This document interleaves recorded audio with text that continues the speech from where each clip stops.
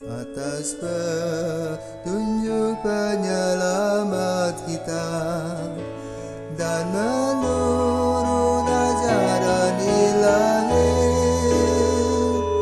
maka beranilah kita bernyanyi.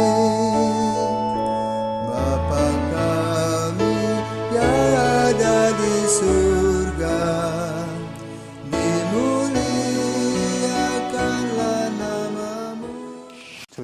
Saudara terkasih, selamat pagi, salam jumpa lagi dalam Sabda Siap Saji, Senin 10 Januari 2022. Hari ini kita memasuki pekan biasa yang pertama.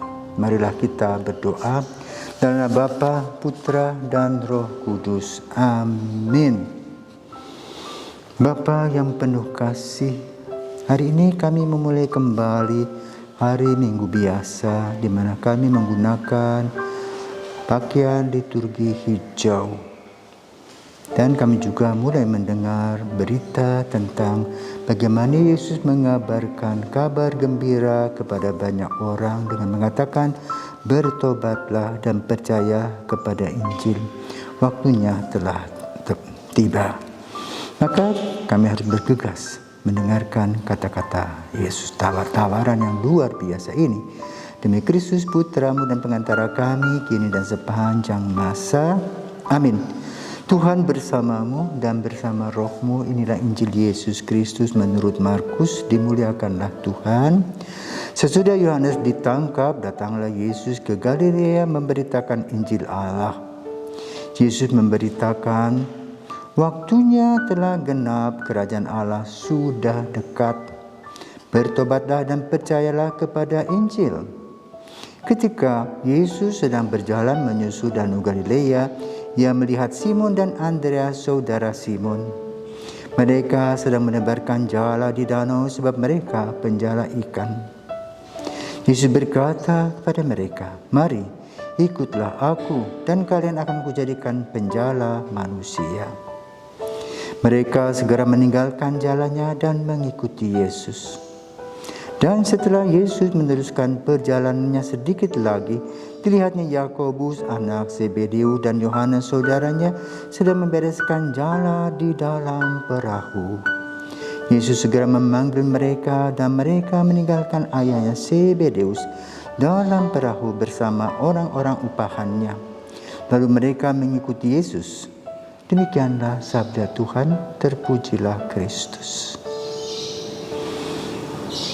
Yesus baru saja dibaptis di Sungai Yordan, di mana digambarkan langit-langit terbelah, datanglah merpati yang mengatakan, "Engkaulah anakku yang kukasihi, kepadanya lah aku berkenan."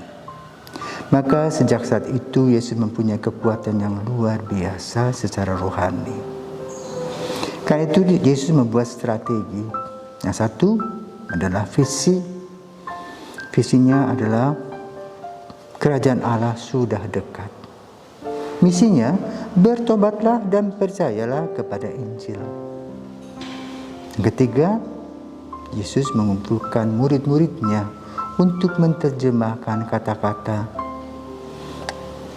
bertobatlah dan percayalah kepada Injil. Kerajaan Allah sudah dekat.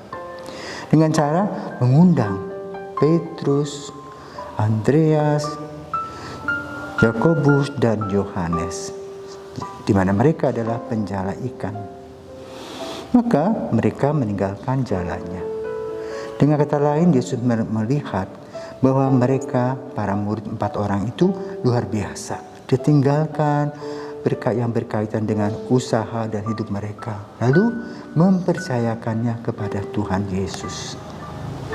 Waktu itu mereka belum paham siapakah Yesus, tetapi mereka mempunyai harapan ke depan sebagai orang-orang dari kelompok Anawim. Maka kehadiran Yesus merupakan sebuah wawasan baru, sebuah semangat baru, sehingga mereka mau bergabung.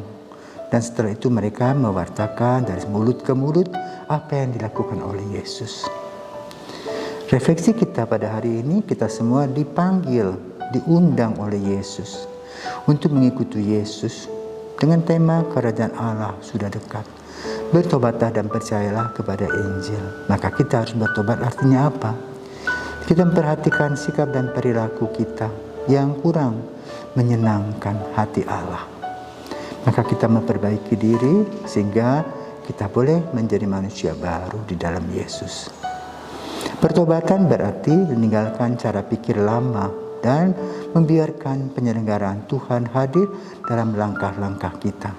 Dan rupanya inilah yang dilakukan oleh keempat murid pertama Yesus ini. Sehingga dengan demikian, apa yang disampaikan oleh Yesus betul-betul berdaya guna, berdaya pikat, dan berbuah. Semoga kita pun juga menjadi orang yang berani terbuka kepada Tuhan dalam panggilan kita masing-masing dan berani membuktikannya di dalam kehidupan nyata sehari-hari dengan sukacita dan gembira melaksanakan tugas-tugas mulia tersebut. Tuhan memberkati.